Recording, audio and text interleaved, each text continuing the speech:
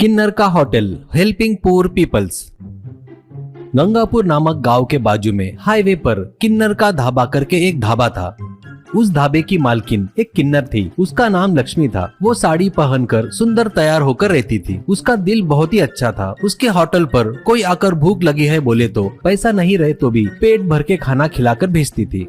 उतना ही नहीं, उसके पास काम करने वाले लड़के को भी बड़े प्यार से देखती थी। ऐसे ही, बेटा कुमार, तुम्हारे पिताजी की तबीयत कैसी है? हॉस्पिटल से घर लाए क्या? ये ले पैसे, ले जा, बढ़िया पौष्टिक आहार देते जा उनको, तब जल्दी ठीक होंगे करके देती है। तो वो हाथ जोड़ता है। अब वो और एक काम वाली को, बेटी तुम्हारा पति और भी पी रहा है क्या? छोड़ा नहीं क्या रे? ऐसे तो वो तेरी पूरी पगार वो पी जाएगा। उसकी दारू छोड़ने का कोई रास्ता सोच जरा। ये ले तेरी पगार, साथ में थोड़ा ज्यादा पैसे दे रही हूँ, वो तुम्हारे पति को मत बताना, तेरे खर्चे के लिए रख ले करके देती थी। इतनी अच्छी दिल वाली लक्ष्मी थी। वहीं बाजू के गांव में ढोलू और बोरू करके दो चोर रहते थे। दोनों भी लोग जेब काटना, औरतों के गले से गहने चोरना, फोन चोरना ऐसे काम करते थे।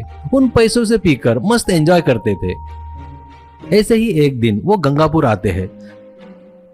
दोनों को बहुत भूख लगी थी। खाने के लिए उनके पास पैसे नहीं थे। चोरी करते बोले तो पेशेंस नहीं था। वो एक होटल में जाकर उसके मालिक से, सर बहुत भूख लगी है पर पैसे नहीं है, खाना देते क्या? ऐसा पूछता है। वो दोनों को नीचे से ऊपर देखकर, सांड के जैसे हो, मांगने के लिए शर्म नहीं आ रही है क्या? चलो निकलो यहाँ से बाहर करके चिल्लाता है। वो देखकर एक आदमी उनके पास आकर, बेटा तुम्हें देने के लिए मेरे पास पैसे नहीं है, पर तुम लोगों को खाना मिलेगा। तुम लोग हाईवे पर जाओ, वहाँ किन्नर का ढाबा करके ढाबा है, उसकी मालकिन किन्नर है, वो बहुत अच्छी है। वहाँ जाकर भूख लगी है करके बोले तो बस वो फ्री में खाना देगी। तुम लोग वहाँ पर जाओ, ऐसा कहता है।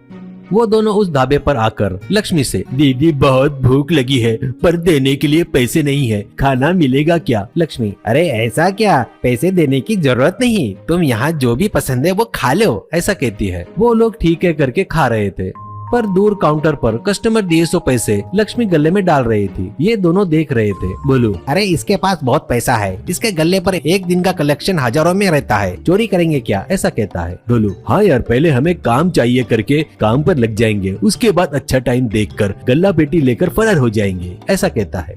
खाना खाने के बाद ढोलू, दीदी हमारी भूख मिटाने के लिए धन्यवाद, हम आपको जिंदगी में नहीं भूलेंगे करके पैर पकड़ते हैं। लक्ष्मी उनको उठाकर, उसमें क्या है बेटा, भूख लगी तो खाना देना ही चाहिए, ऐसा कहती है। भोलू भी उसके पैर पकड़ने जाता है तो वो रोकती है। बोलो, दीदी हमको कहीं भी कोई काम नहीं दे रहा है, आज बोले तो आपने खाना दिया, पर कल कैसे?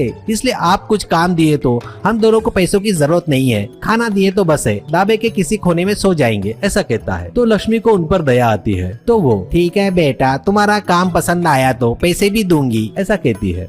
उस दिन से दोनों वहाँ काम करना शुरू करते हैं। कभी कभी गले में कितना पैसा है वो भी देखते रहते थे। रात के समय वहीं सो रहे थे। एक दिन ढोलू, अरे रोज उस पेटी में 25,000 तक कलेक्शन होता है, कल रविवार है इसलिए और ज्यादा रहेगा, इसलिए कल ही उस गले के साथ अपन फरार हो जाएंगे। बोलो ठीक है कहता है। अगले दिन दोनों काम करने का नाटक करते हुए झट से गल्ले को उठाकर भागने लगते हैं। कुछ दूर जाने के बाद आड़े आया हुआ आदमी देखकर चौंक जाते हैं। आगे लक्ष्मी खड़ी थी, उसके हाथों में मोबाइल था। ढोलू जेब में से चाकू निकालकर, ईमानदारी से रास्ते से हट जा, नहीं तो मारी जाओगी, ऐसा कहता है। लक्ष्मी, तुम्हारे जैसे बहुत देखे, गली में बड़ी हुई हूँ धक्का मुक्की खाकर, तुम लोग मेरे सामने क्या चीज हो रहे? बड़े बड़े पहलवानों को पलटा कर सुला दिया, तुम दोनों किस खेत की मूली हो रहे? और तुम दोनों चोर हो ये मुझे दूसरे ही दिन पता चल गया था, इसलिए मेरे फोन में ढाबे में लगे CCTV देखते हुए नजर रखी थी। तुम लोगों को गल्ले के साथ भागते हुए देखकर यहाँ तुम्हारी राह देख रही थी, दम है तो आगे आकर दिखाओ। वो दोनों उस पर हमला करने आते हैं, बस वो उनको उछल उछल के मारती है। उसकी मार खा के उनके होश ठिकाने पे आ जाते हैं। गल्ले को छोड़कर वो लोग डर के मारे वहाँ से भाग जाते हैं। वहाँ खड़े लोग वो देखकर लक्ष्मी दीदी जिंदाबाद, लक्ष्मी दीदी जिंदाबाद करके चिल्लाने लगे।